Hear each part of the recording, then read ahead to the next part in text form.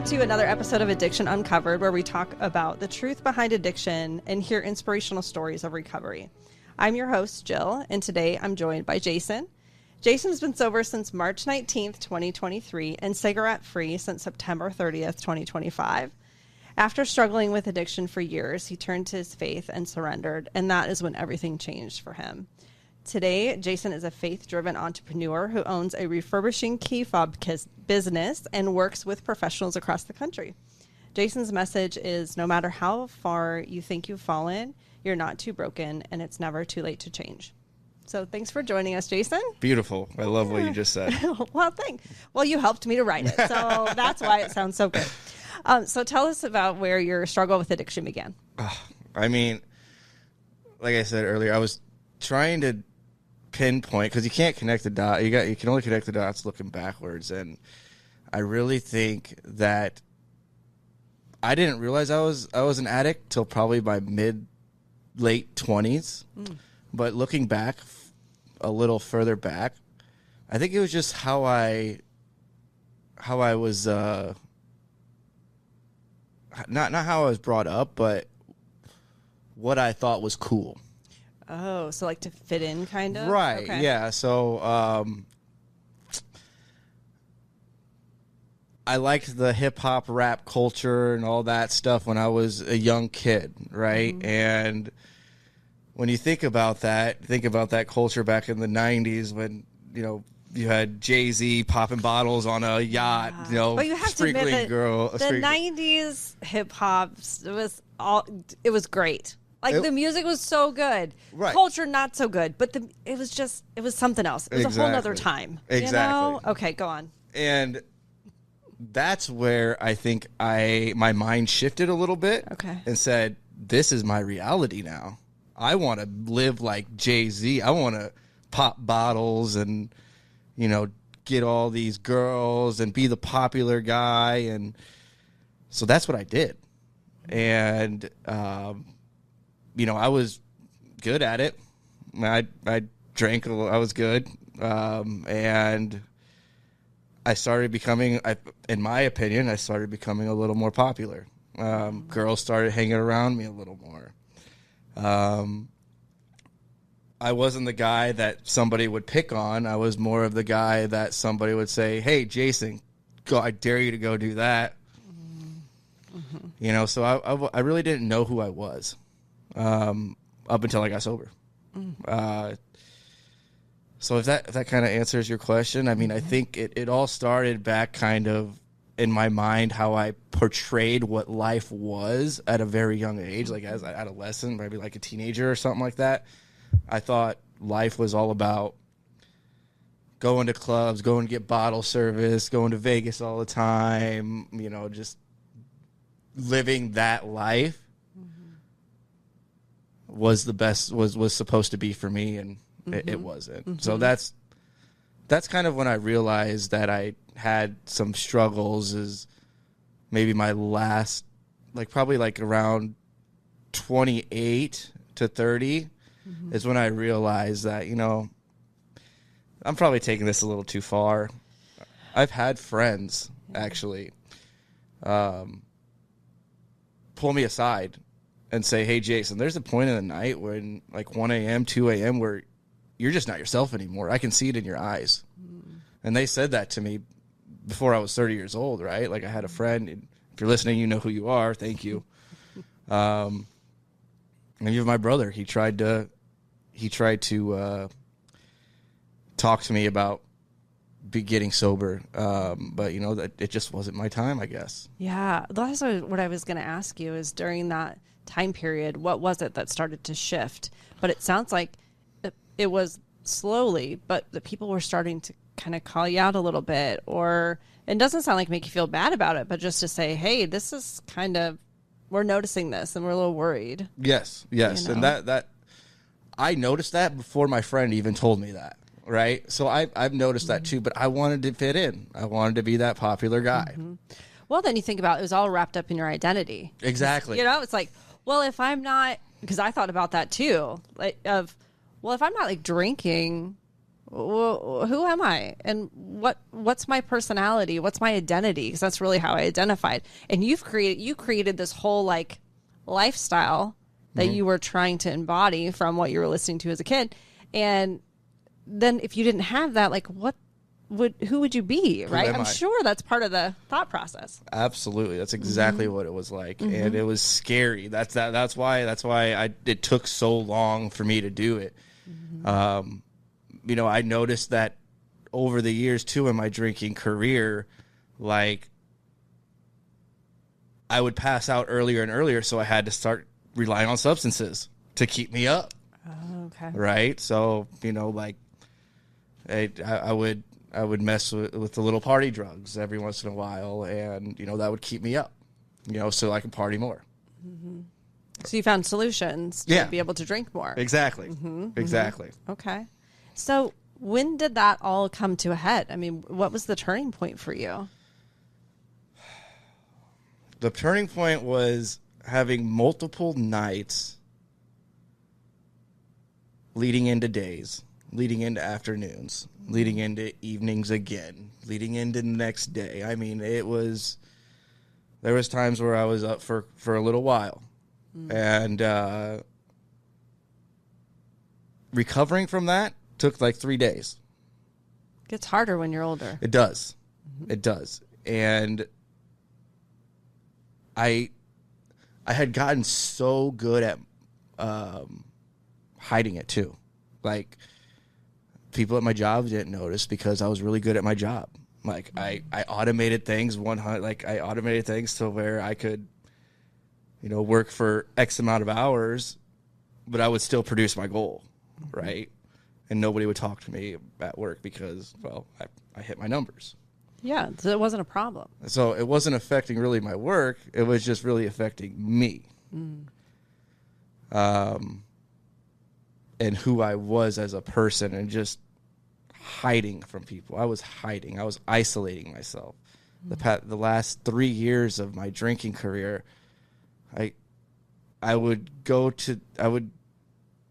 have 4 shots of Fireball before I even interacted with somebody, and I thought that was normal. Like I would have 3 shots of Fireball on the way to the casino. You're like, isn't this what people do? This is just normal. Exactly. That's what you were thinking. That is exactly what I was thinking. What do you think? What do you think led to that? Were you like hiding from something? Were you avoiding something? What was driving that, you think?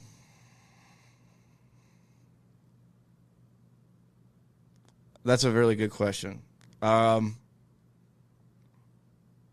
That's a really good question. I'm sorry, I didn't have it on the list. I just I just threw it in. Just no, happened. That's great. That's great. So what?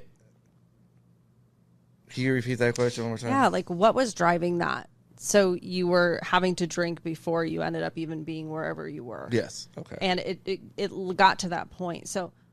Well, it's just the pre-gaming stuff, as we drank, from 18 to 25, 26, we would take shots before we go to the bar, right?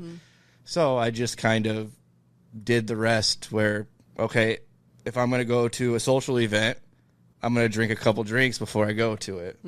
And that just became a routine. That just became who I was. Yeah.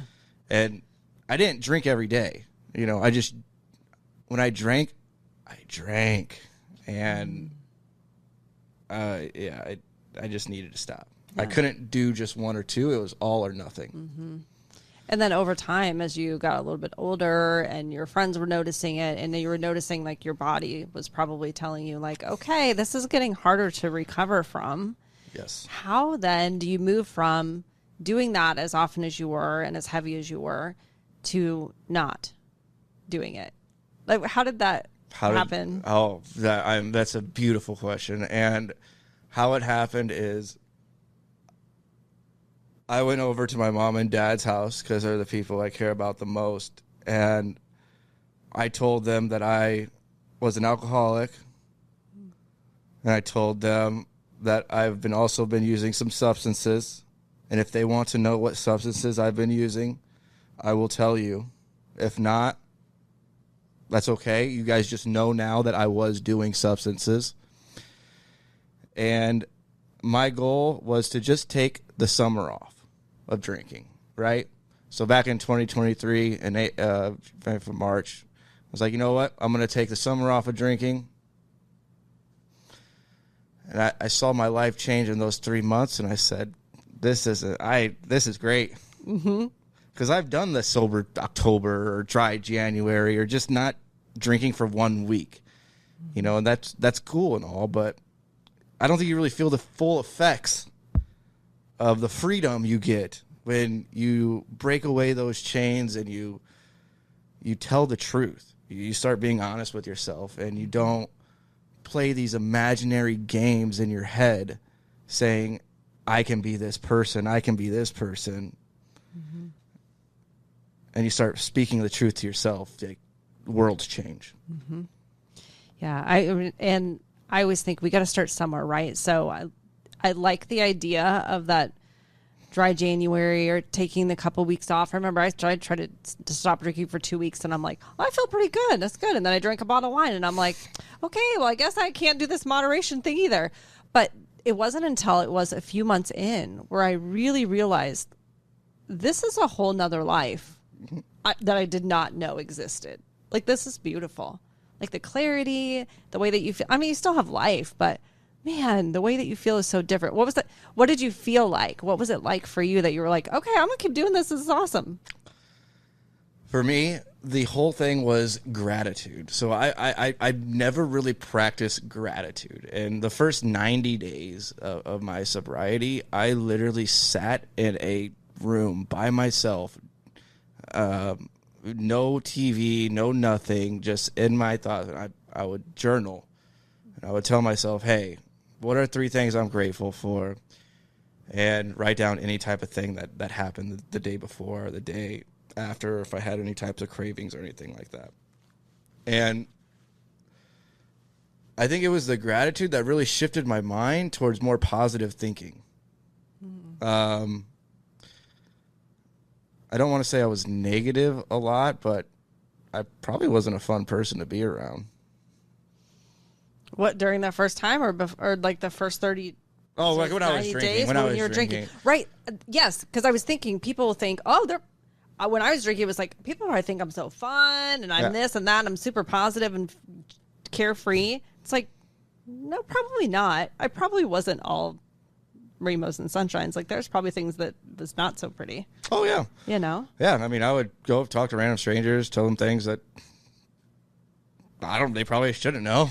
Yep, me too. I'm like, you look like you might need to know the deepest, darkest secrets. Sure, I'll tell you about it. It makes no sense, right? Yeah. And so just not being aligned with who you are. Yes. But also not knowing who you are. So now you're in this period of sobriety, this first 90 days, and you're like, wait a second. Yep. So what I thought was this, like, so when I did do those dry Januaries and everything like that, I would go up, as a roller coaster, but then as soon as I stopped, I would go back down, and it would just be a constant roller coaster. But those 90 days, when I just steadily came up and up and up and up and up, I realized there was no downfall. And either I was up or I was staying steady, but I was always still going up every month, and I didn't want to stop. Mm-hmm. Yeah. And here you are. 3 years later. Almost 3 years. Almost 3 years later. Almost. So then you're used to partying and being out with a bunch of people, and that's what you did for fun. What do you do for fun now? Because that's what people want to know. Like, well, what the heck do you do? Like, do you laugh? Like, do you have friends? Do you hang out with people? It's like, course. Yeah. So what does fun look like for you now? Of course. So when I got sober on day 1, I knew I had to change my environment. Mm-hmm. So I ended up getting a membership at Lifetime Fitness. And for those of you who don't know, Lifetime Fitness is a pretty premier gym. Like, you got to pay a lot of money to go to this every month. And, at the time, I probably shouldn't have been there, but I wanted to see how other people lived. Because I separated myself from everybody else, just this one lane all the time, always led to drinking. So I decided, you know what? I'm going to go over here and see how these guys are. So my interactions over at Lifetime, I've made some really good connections over there, and hanging out with them. We would go out to dinners, and not have drinks. What? Yeah. What is this life? Go out to dinners and, go to the zoo or watch a movie, stuff's fun. Without drinking, it's great. Yeah. You remember it? Yes. Uh-huh. And you laugh. Like, genuinely. Like, it's not a fake laugh. And the warm the warm heart feeling you get in your body is just amazing. And I want to share that with everybody. I think everybody deserves to feel that. Yeah. And so how do we help people get to that point where they feel like, okay, maybe this could be different. Maybe I don't want to be doing this anymore. Like, talk to the people that are in that space of where you were and why they should come hang out with us. Like, we're fun. We're cool. Why should they come hang out on this side of the street? Yeah. It's the grass is way greener on this side. A lot of this is about timing, I think, too. People learn in different ways, and people have to go through certain experiences to see what the other side's like. Fortunately, I didn't have to. I didn't get in trouble with the law. I didn't do anything like that. I just knew I had to make a change because my life was going downhill. So for anybody out there that thinks that, they're kind of just thinking to themselves like, man, I'm not really going up. I'm not really going down either. I'm just kind of stagnant, but, I'm still having fun and drinking and all that stuff. I challenge you to stop for the 90 days and see if that arrow starts going up. Because once you stop drinking, I think there comes a point where you just have to be honest, where you're just honest with yourself. And for the years and years and years I was drinking, I was never honest with myself. But that's the biggest takeaway I've ever gotten from sobriety is being honest with yourself gets you so much further in life than trying to make up a story of who you want to be and trying to live that and trying to portray it and getting in massive amounts of debt and, all this stuff. Well, and as we were preparing to have our conversation today, you mentioned a lot about how important your faith is. Yes. So you want to talk about that a little bit and how that is really woven into your recovery? Sure. Yeah, absolutely. So I've always been kind of a spiritual guy. I was born and raised Catholic and everything. And I really think alcohol is the devil. And I was drinking the juice way too much and way too often. And God was asking me, hey, you got to stop. He was begging me for 3 to 5 years. Stop. I finally did. And, I listened to him and,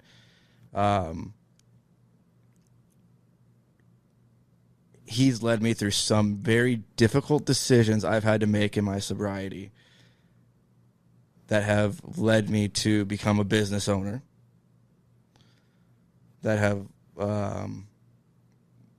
led me to just be the person I am today. I think I'm answering your question all right. Yeah. And so for you, it really was listening.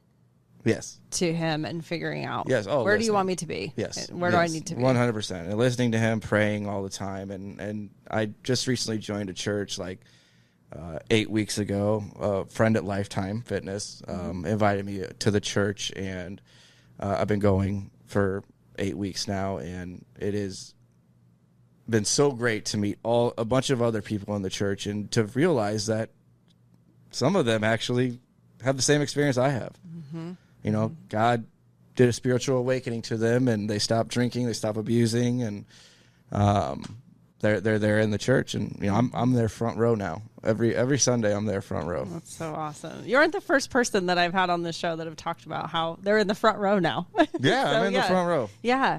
Well, and I appreciate you being honest about that because, as I like to say, we have to have options for everybody, and their road to sobriety looks different. So for some people, faith can be a deterrent because of their upbringing or whatever the case is, right? It can really turn them away from certain programmings because of that. And they find recovery in other spaces. And that's great. Like, however you can come and hang out with us and have that clarity, we welcome it.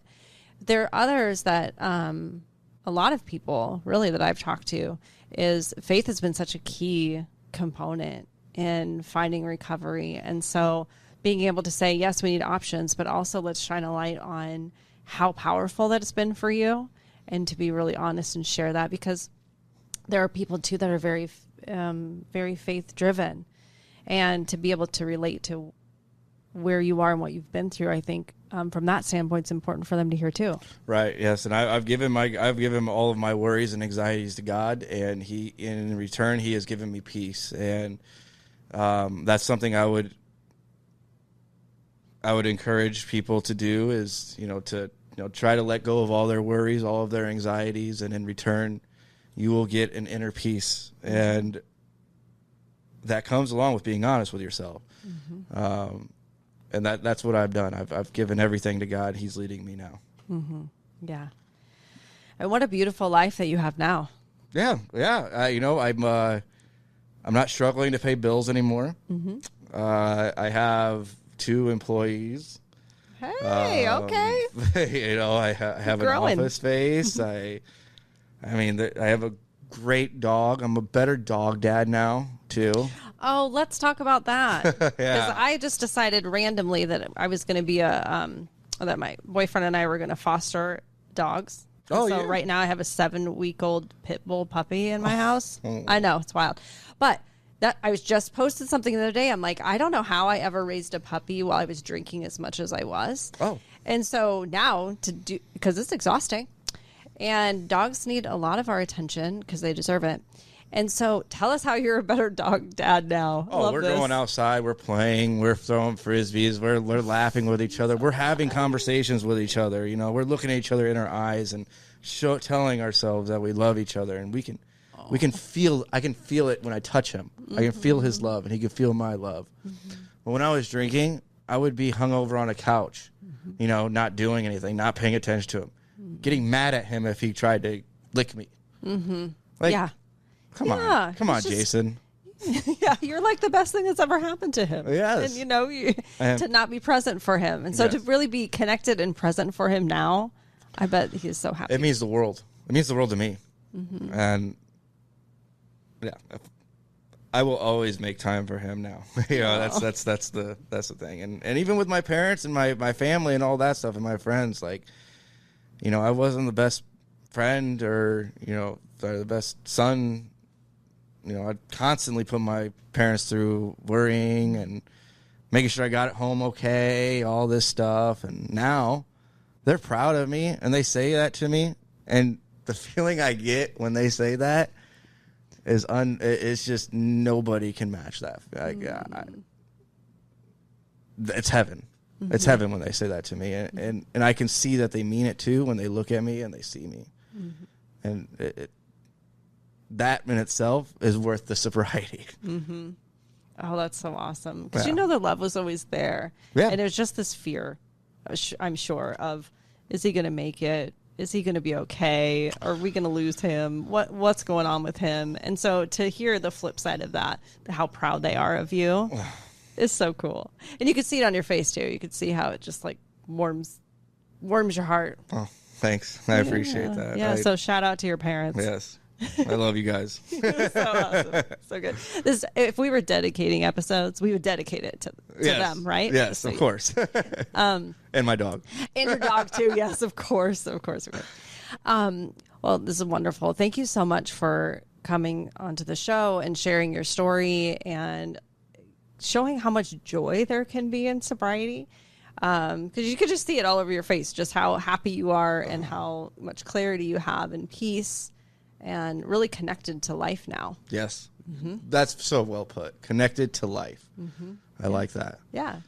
And so you just give out that energy. And so the whole point of having this space is for people to, just like you, to be able to say, this is what I've been through, and this is what life can look like. And, come hang out. because this is really awesome. Right. And before we leave, I do want to say that I've been very open about my sobriety on Facebook. Okay. So if you wind back a little bit, we were talking about how I would be the guy say, "Oh, Jason, go do that," or I'd be the party guy. I'd see these guys. I'd try to be the center of attention, and I'm pretty sure a lot of people in Omaha probably saw me be the center of attention when I was drinking, right? So now I want to make that flipped in reverse. And now when I'm sober now, I post stuff when I was 3 months sober, 6 months, a year, 2 years. I've had so many people reach out to me, more than 10 people reach out to me in my DMs, asking me how I did it, and like, how was the first 60 days type situation, or you're an inspiration to me. And that's why I've been so vocal about my sobriety, is because I want people to realize that it is so much better on this side. And that wasn't even the purpose of you posting those things, probably, was to or maybe you weren't expecting to have that feedback, right? I wasn't just expecting. like, hey, I'm just throwing this out there. Yes. And here's what I'm doing, and this is what it's like. And look at how many people you've inspired thus far, even to just reach out and say, what's that like? Yeah. You're still creating movement. Yeah. Which is so awesome. I loved it. I love every single bit of it. I love every single bit of it. Are you still doing that now? Are you still posting Of course, as we go along? of course. Oh, good. Of course, Okay, of course. perfect. So Yes. people can find you on social media. Yep. Jason Feregrino. Awesome. Easy enough. We'll have your name in the show notes so they'll know how to find you and how to spell it and all that good Awesome. stuff. Yeah. So I really encourage people to follow you so they can see what it's like and to see what their life might look like if they were to join that journey too. Exactly. I've also posted stuff about my business too, and it's a growing business, so you kind of get insider scoops of how to scale a business as well. Oh, wonderful. Awesome. Well, thank you so much for being here and for sharing all that and for sharing your joy. And I know there will be a lot of people that will be very inspired by this and will probably follow you along your journey as you do get to your 3 years and then plus some. Oh, yeah. Yeah. So thank you so much for being here. Thank you. I appreciate it.